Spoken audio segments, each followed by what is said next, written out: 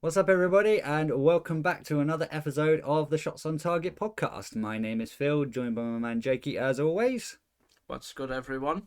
We apologise for the long hiatus over the Christmas break, guys, but unfortunately, real life stuff gets in the way. But we are back and ready to go. So let's get straight into it. Make sure you like, comment, and subscribe, and leave any thoughts down below. Absolutely.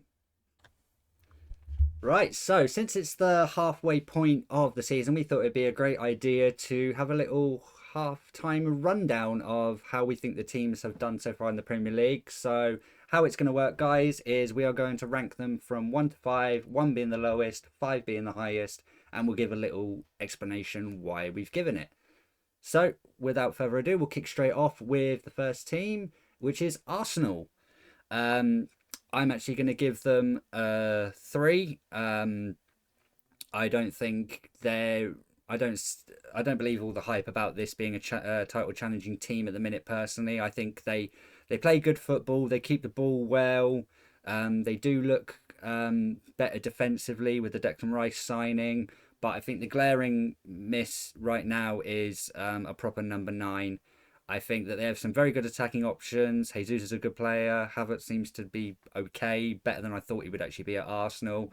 Saka's obviously very good. Martinelli, I think, is actually the better player in the team. I think when he plays, I think they look like they actually are going to score more. But I just don't see the hype with them being a title challenging team without a number 9. So a 3 for me. Yeah, I'm going to be a bit harsher. I'm going to give them a 2. Like you said, I don't see the hype in this Arsenal team. I don't think this is going to be a team that challenges. I think their really only shining light this season has been Declan Rice, like you say. I think he's been... Well, Declan Rice and Saliba, I think they're two fantastic players. I think they're two of Arsenal's best players. Yeah, Saliba's been unreal. Saliba has been one of the, I'd say, top centre-backs. I think he's been up there with Van Dijk this season. Mm-hmm. But like I said, I think this is... I'd argue saying this is one of the most overrated teams in the league. I don't see the hype. I don't think they've challenged. Their title challenge lasted about as long as Tottenham's did. And yeah, I don't see it. I don't see this team being any better than it was last season. I don't think, other than Declan Rice, I don't think they've strengthened. No, I agree. So moving on to Aston Villa. I've got to give them a 4. The only reason I'm not giving them a 5 is I think they still have obviously room for improvement. But in terms of what they've done this season, I don't think anyone expected them to be where they were. At one point, if they wouldn't have lost that game against Manchester United, they would have been top at Christmas, which would have been unthinkable. From an Aston Villa fan perspective, they obviously also doing very well in Europe. So yeah, it's just all shining lights right now in the Aston Villa camp. So 4 out of 5 for me. Yeah, 4 out of 5 for me as well. I think Unai Emery's got them playing fantastic football. And he's getting the results to go with it. I think he's got Ollie Watkins firing in a way I don't think Ollie Watkins believed he could. John McGinn's turned into a very, very good midfielder. You know, there was rumours he could get a move a few years ago when Villa came up and he was banging then. But I think he's exceeded the level that he was playing at originally, and he's turned into a very good midfielder. Yeah. And I think the two defensive midfielders of Douglas Luiz and Boubacar Kamara are fantastic. You know, he's got Villa playing some very, very good football, and it wouldn't shock me if 4th or 3rd is where we see them finish. No, I agree. So moving on, next up we have Bournemouth. For me, it's a 3. I think they are doing better than some people expected.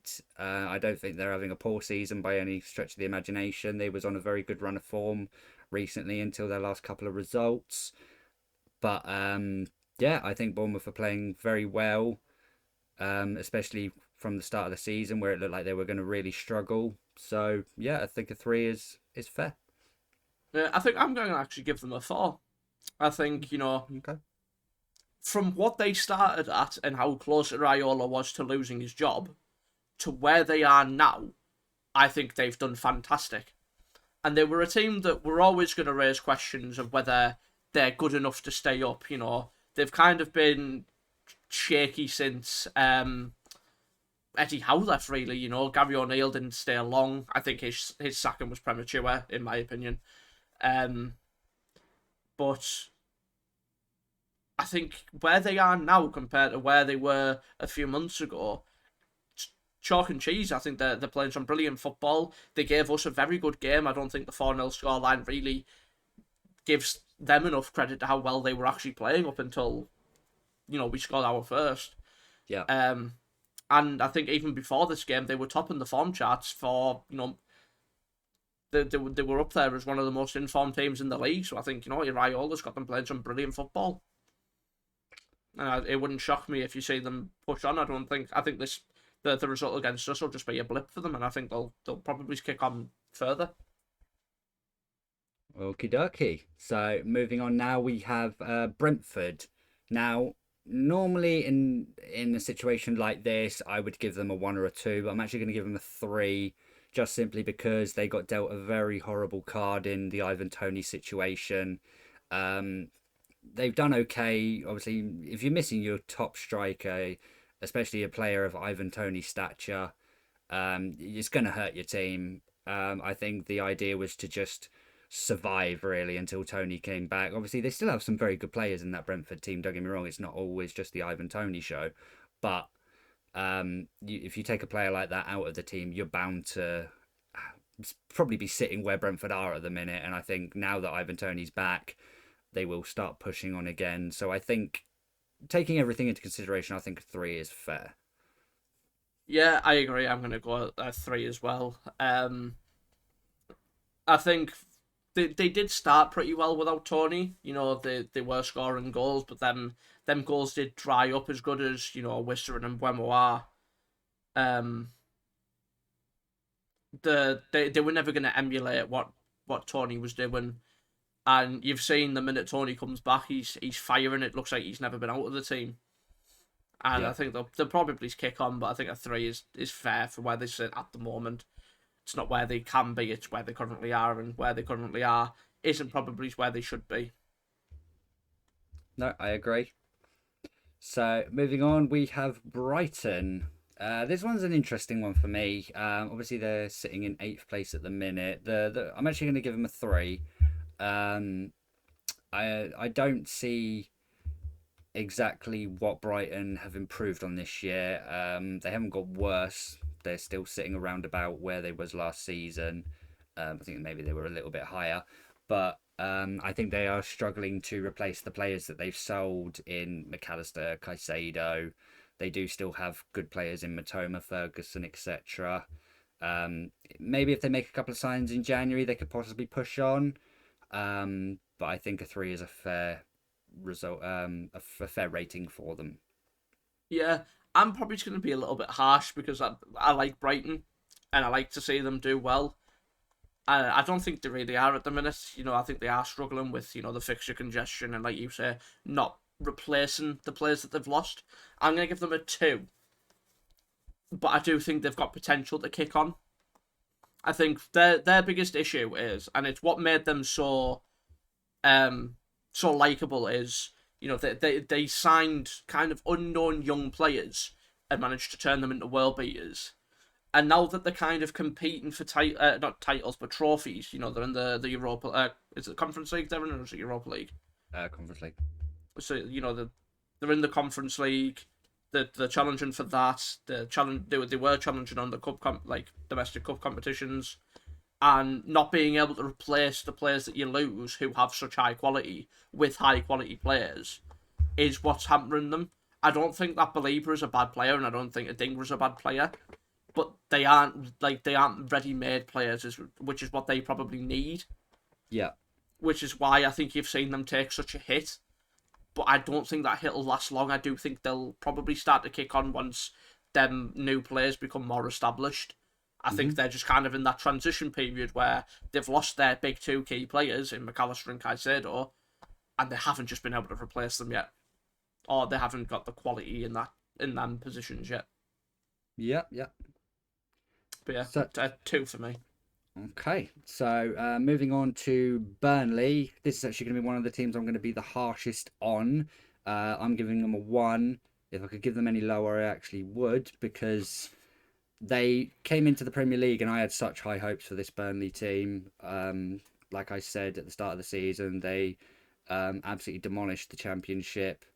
They looked absolutely fantastic. They were playing a fantastic style of football, and Vincent Kompany looked like he knew exactly what he was going to do when he came to the Premier League. But it's just not worked out that way at all. They have not been good in any stretch of the imagination. They don't look like they've got to grips with the Premier League. The transfers they've made have not been good. The players they've let go of have been mistakes. Um, so yeah, unfortunately for Burnley fans, it is a very rock bottom 1 for me. Yeah, I agree. I'm going to give them a 1 as well. I think, you look at the team that they had in the Championship would have probably posed more of a threat than the team that they've got now. They did lose quite a lot of players, like you say, and they just haven't replaced them with any sort of quality. And it wouldn't shock me if Vincent Company wasn't far off the chopping block. Yeah, It's a very disappointing season for Burnley, who are a lot pipped to stay up and stay up comfortably. that's what I had them. But moving on to Chelsea, I'm actually going to give them a 2.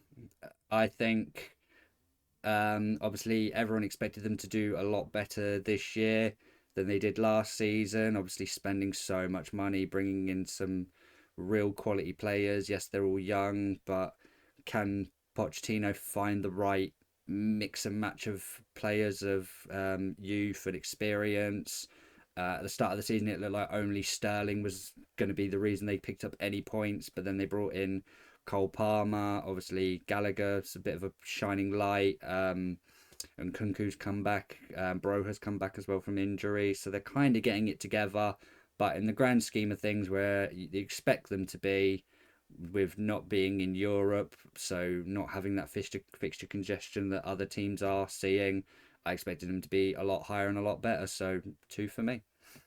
Yeah, 2 for me as well. I think for a team that wasn't really competing in any competitions this season, you expect a lot better.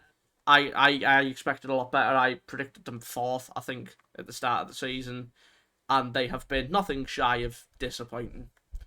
I don't think the players that they've got really show any quality. I think they've got very few really talented footballers. I think Enzo's a fantastic footballer.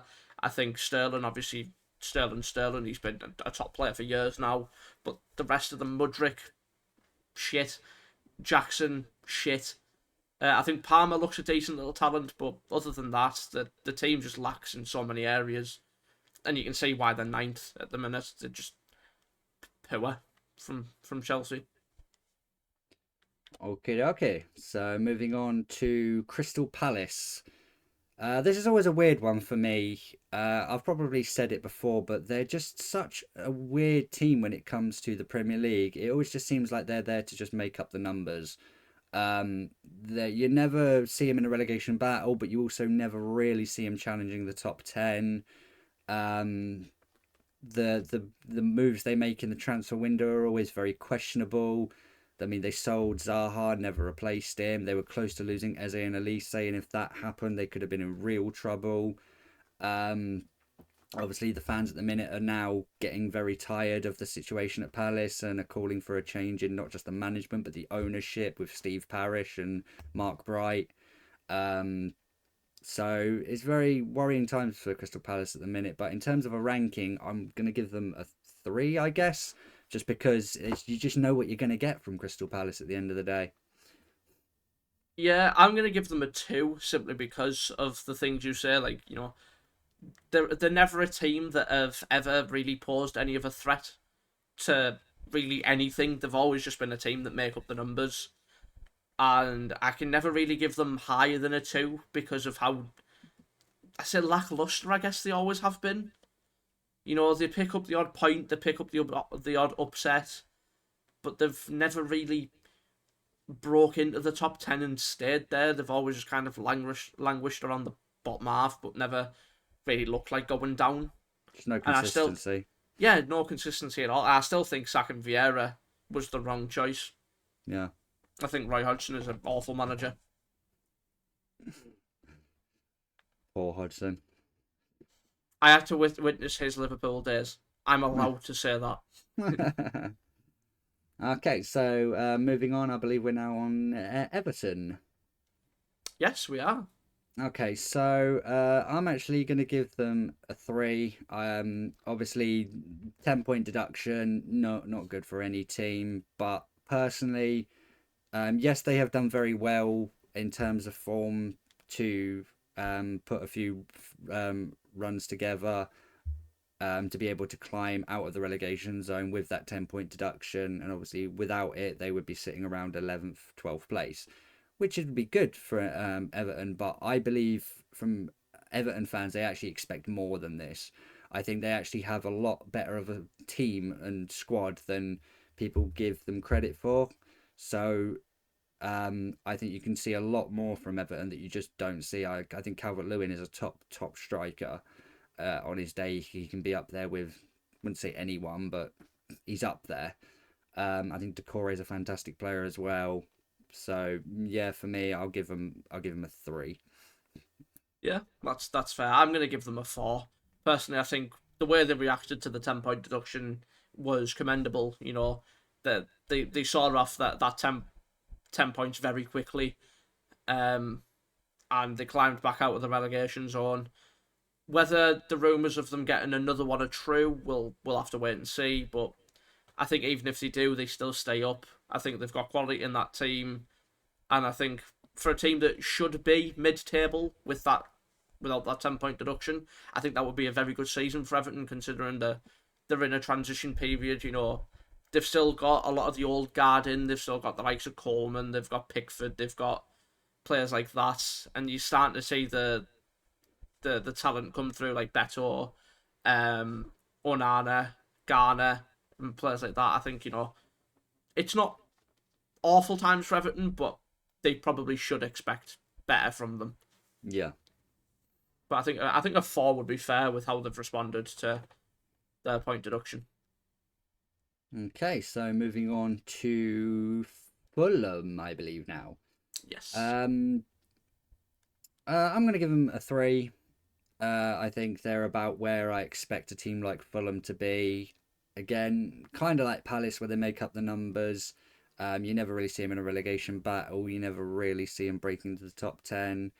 Um, I think they have some very good players in their team. I think they're one of those teams where there are a couple of good signings away from possibly breaking into that top 10. They're on that bubble, shall we say. But yeah, you know what you're going to get from Fulham. They'll have some good results. They'll have some bad results. So yeah, I think a three. Yeah, I agree. A 3 as well. Obviously, losing Mitrovic was going to be a big challenge to replace, but I don't think they've done awfully in the where probably a lot of Fulham fans expected them to be. So yeah, that 3 I think is fair. Okay. Where are we now? Are we Luton now? Liverpool, Oh, of Liverpool, course, then yeah, Luton. yeah, of course, yeah. So Liverpool. I'm going to give them a 4 out of 5. The only reason I don't give them a 5 at the minute is I think there is still room for improvement. Um, I think they've obviously started the season very well. Only one loss. They seem very difficult to beat this season, which compared to last season is night and day. As we spoke about before, that they've got rid of the deadwood now and they've revamped that midfield, which seems to have worked very well. Um, and they seem to just be playing very well. Obviously, at the minute they're missing Mohamed Salah, but it doesn't seem to stop them. They've got quality in pretty much all areas of the pitch. Even the youngsters that are coming on at the minute look very good, very composed for Premier League quality. So yeah, a 4 out of 5 for me. Yeah, a 4 out of 5 for me. I think replacing our whole midfield was going to be a task, and there was always questions whether would they gel, which they seem to do straight away. It never looked like we were playing bad. Obviously, we've had our off games, dropping points to Luton. Our only lost to Spurs, which I won't get into, but yeah, I think we're having a brilliant season. We've only lost one game this season, which I think for a team that were in transition is amazing. And we've got, the players that probably weren't performing as well last season back to the best. I mean, Van Dijk's been a completely revamped player this season. Yeah. Alisson's been one of the best. Well, I think he's the best goalkeeper in the league. I don't think there's much question about that. And even Trent's been on form, and I think we look a worse team without him than with him. Yeah, no, I agree. Yeah, 4 out of 5. Okay, so now we move on to the new boys of the Premier League, Luton Town. Now, in a normal situation, sitting 18th with only 4 wins, you'd give them a 1 or a 2. But for me, it's an absolute 4 out of 5. For me, I think compared to what everyone expected, everyone expected Luton to come in and get absolutely ran over, and it would just not be pretty for Luton fans. And I think we even said it ourselves, it was going to be absolutely tough for Luton, but they have surprised a lot of people. They have been resilient. They have dug deep. They have picked up some massive wins, some massive points, and currently at the minute, with if they win their game in hand, they go above Everton and will get out of that relegation zone. So I think it's been an absolutely fantastic job from everyone at Luton. In terms of Premier League quality, they probably have one of the worst teams in the Premier League in terms of players, which isn't a huge disrespect to those players, but at the end of the day, it's like, would you prefer Colton Morris or Kevin De Bruyne in your team? But Yeah, still, they're making it work, and they're doing it as a team, as a unit, and sometimes that can work in the Premier League. You can be dogged and hard to beat, and it will work out for you. Can they keep it up for the rest of the season? Remains to be seen. I'm still not sure, but regardless, absolutely fantastic from Luton Town. yeah, I agree. I'm going to also give them a 4 out of 5. I think at the start of the season we predicted them to be the worst of the promoted teams. I think I even said it wouldn't be a shock if they beat Luton's record of picking up less than 11 points.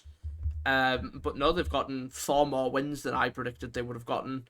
They've gotten a lot more points than I would have predicted they would have gotten, and they're doing a fantastic job. The players are playing for each other, they're playing for the badge, and I think the Kenny is a very, very hard place to go at the minute. And who knows, could at the end of the season, with the point deductions to other teams, could we see a world where Luton stay up?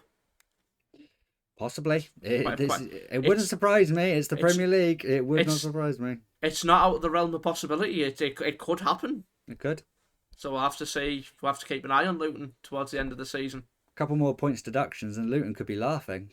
Yeah, 100%. Okay, so moving on to the next team, which is Manchester United.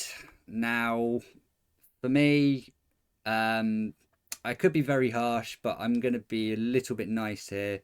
But I'm going to give them a 2. For me, I do not understand how they're 7th in the Premier League. It does not make sense to me whatsoever. They have not been a 7th place team by any shadow of the imagination. They have had some really weird results all season. You do know what you're going to get from Manchester United on a daily basis. I mean, they draw to Liverpool, draw to Tottenham, but then they lose to Bournemouth, lose to West Ham. It makes absolutely no sense in the slightest. They also go out of Europe in the worst way possible, in probably one of the easiest groups in the Champions League. Don't even make it into the Europa League, just volley themselves straight out of Europe as well, which is just, for a club like Manchester United, is just unheard of. I could have very easily given them a 1, but I will give them a 2 just because for somehow they are sitting in 7th place in the bloody league, which I still don't know how. Yeah, I'm going to go on the harsher side of it, and I'm going to say this with the biggest shit-eating grin. I'm giving them a 1. I think for a team of Manchester United stature, uh, it's an abysmal season. 7th or not, they shouldn't be 7th. They're a team that should be in the top 4. They should be challenging. Like you said, they're Manchester United, but you can blame the owners, you can blame the stadium, you can blame scouting, you can blame whatever. They're just simply not good enough. Okay, so next up we have Manchester City. For me, it's a 4 out of 5. The only reason I'm not giving a 5 like Liverpool is room for improvement. Um, Obviously, they have picked up a lot of less points than expected. But I think with them missing Kevin De Bruyne, I think they've still done a very good job. I mean, it's Manchester City at the end of the day, but um, also missing Haaland as well for large portions of it. But I do believe that now that they've obviously got De Bruyne back now, they've got Rodri. Haaland's only, I think, a couple of weeks away from being back as well. It could be scary times for the rest of the league if they can do what City do. Yeah, I'm going to be a little bit harsher because of the standards most people hold City to. I'm going to give them a 3. Obviously dropping a lot more points, like you say, they've lost more games than I think they do in more seasons. And I think that is, like you say, I think it's down to losing Kevin De Bruyne and obviously Haaland. I think Kevin De Bruyne is one of their most important players, and without him, that team just doesn't tick the same way. Yeah, Now that he's back, though, we already seen a change. You know, he came in, got a goal and an assist in his first game, so yeah, he's picked up like he's not been away. But yeah, if he can stay fit and Haaland can stay fit, and they're both on form, it's going to be a very tight race between us and City come the end of the season. And that Liverpool City game could be a title decider. definitely, definitely could. On to So Newcastle. yes, And to the Newcastle, Geordies. the Geordies. Nice and easy. I'm going to give them a 1. Rock bottom.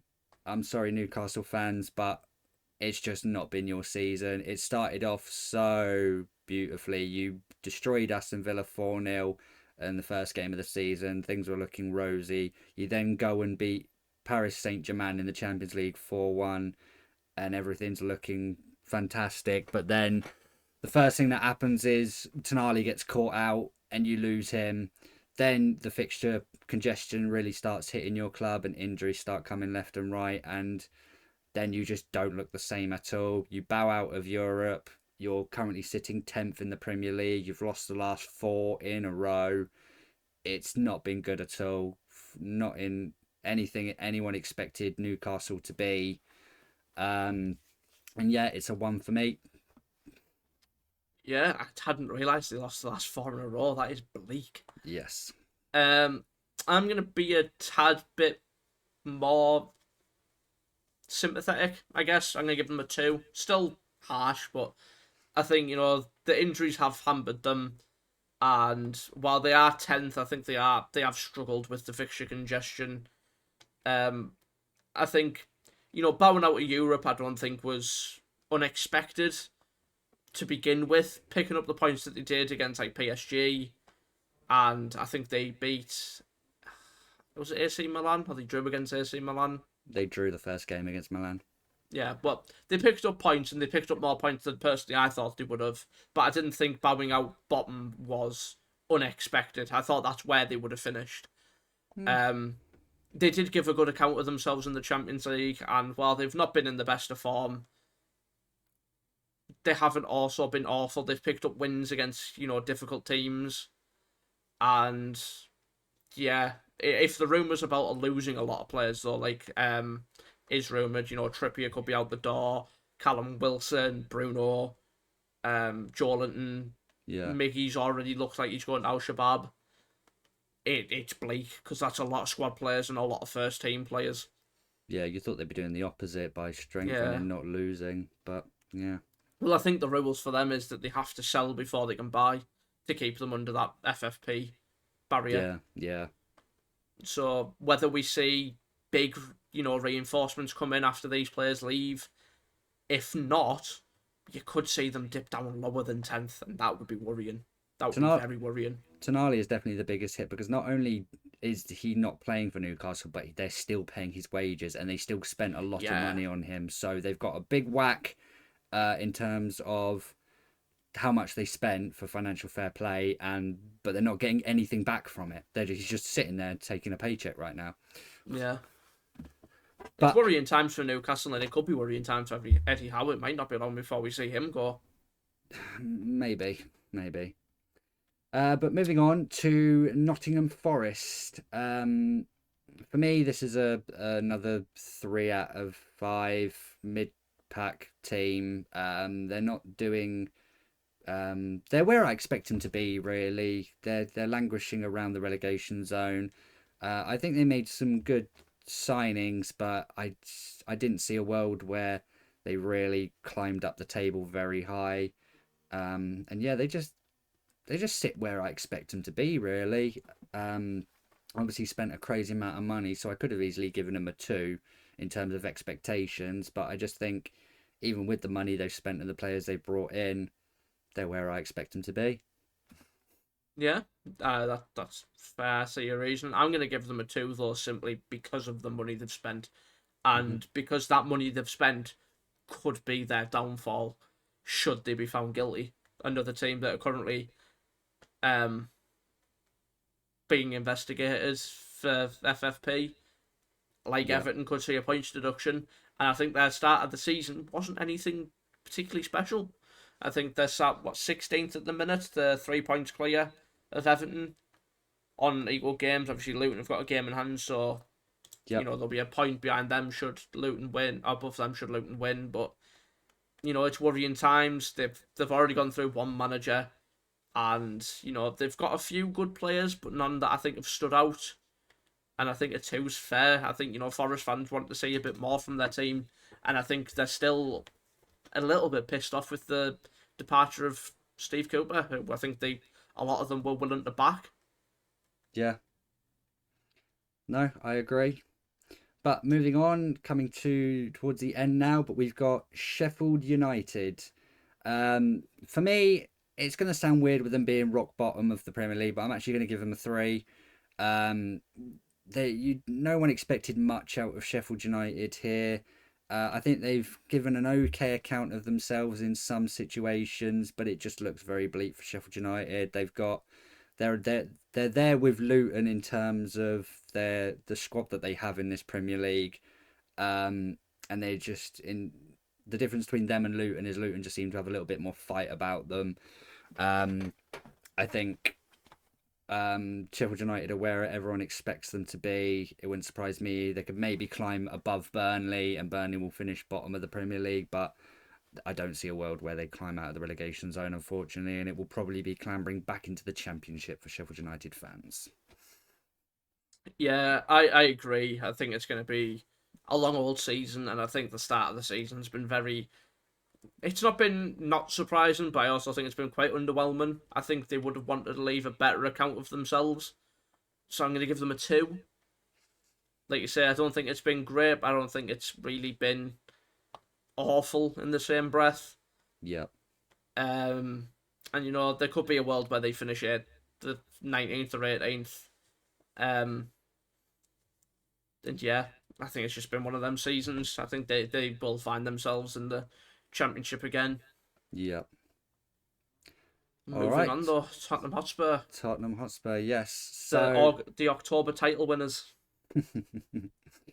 so I'm gonna. I actually think they've been very very good. I'm actually gonna give them a 4 out of 5. I think from where they was last season, the improvements they've made. Obviously, they brought in Ange, and no one knew what you were going to get from Ange coming into Tottenham. Obviously, selling Harry Kane as well. Everyone thought, "Oh my goodness, what the hell are Tottenham doing? This is the guy that scores all your goals." But the decisions that Tottenham are making at the minute are the right ones. They play some weird football in terms of what you expect to see from Tottenham with under Ange. Now they play um, explosive attacking football where they leave gaps at the back. So you know what you're going to get from Tottenham in terms of that is going to be an entertaining game no matter what. So it's great for the neutral. But they're always going to concede chances because they're going to play a high line. Teams can get in and have a game plan against them.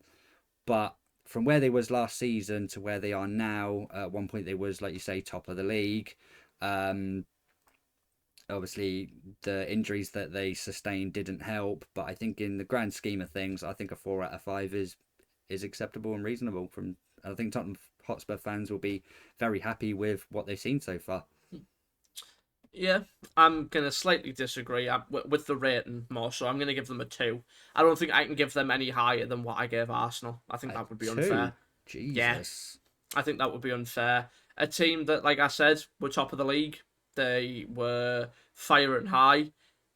Like I don't think it's been an awful season for them, but considering they had such hype at the start of the season and that has since dropped off a cliff, I think I can't really give them any more than a two because of, like you said, that drop off was big. And while yes, they may be playing attractive, entertaining football, Leeds were also playing attacking, entertaining football when they were in the league and they got relegated.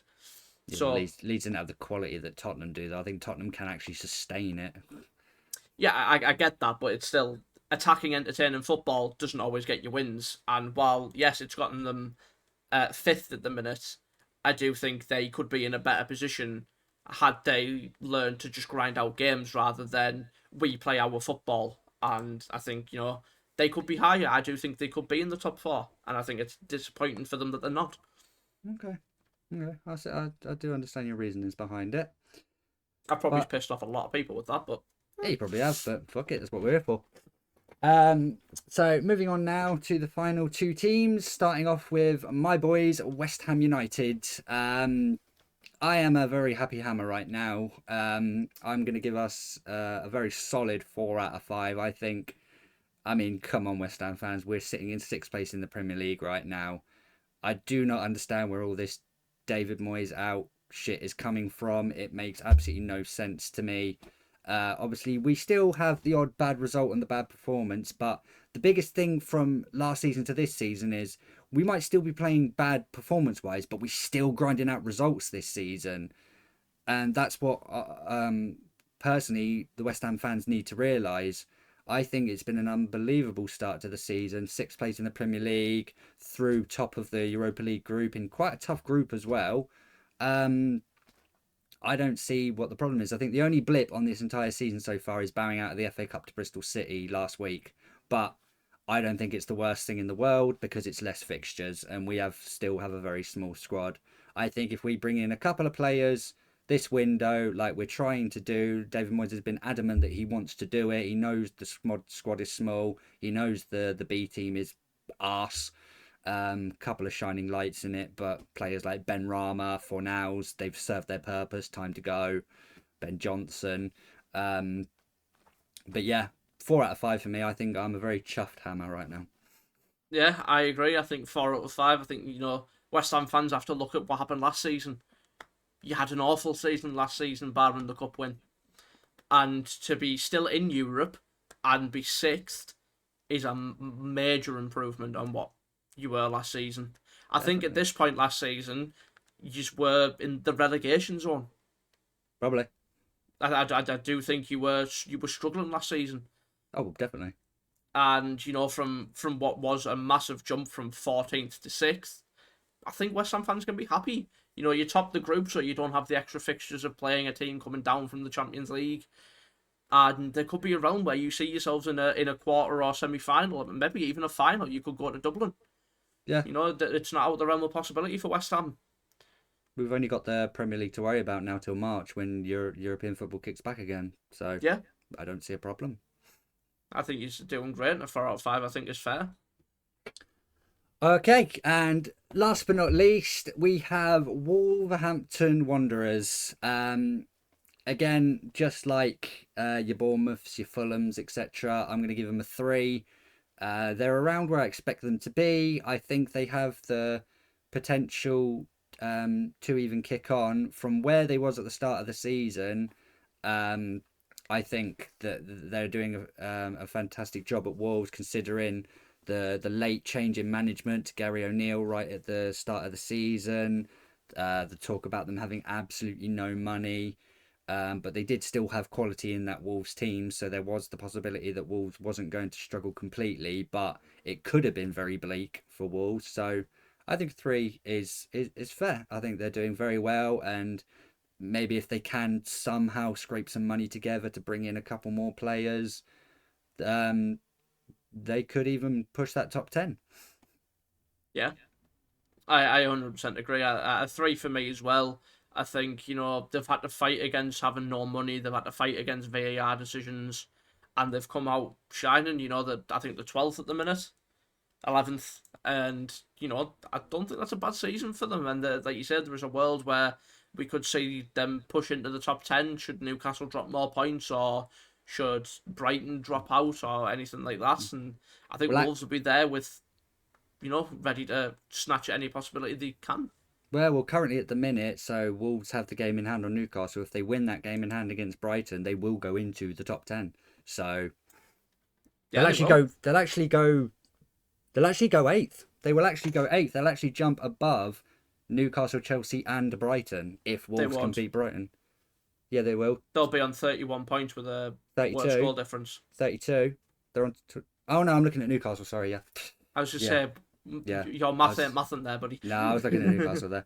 But yeah, but still, fantastic job from Newcastle, from Wolves. Sorry. Yeah. And All right. that Well, rounds it off. yeah, that is going to do it, guys, for our half-time review of the Premier League so far with the teams.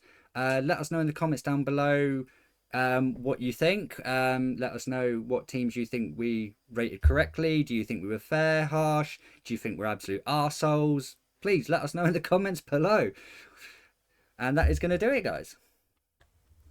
Right, guys, so that's going to do it for this week's episode of the Shots on Target podcast. Thank you so much for joining us. Remember, if you did enjoy it, to like, comment, and subscribe, and follow us on TikTok, Facebook, Twitter. All the links will be in the description down below.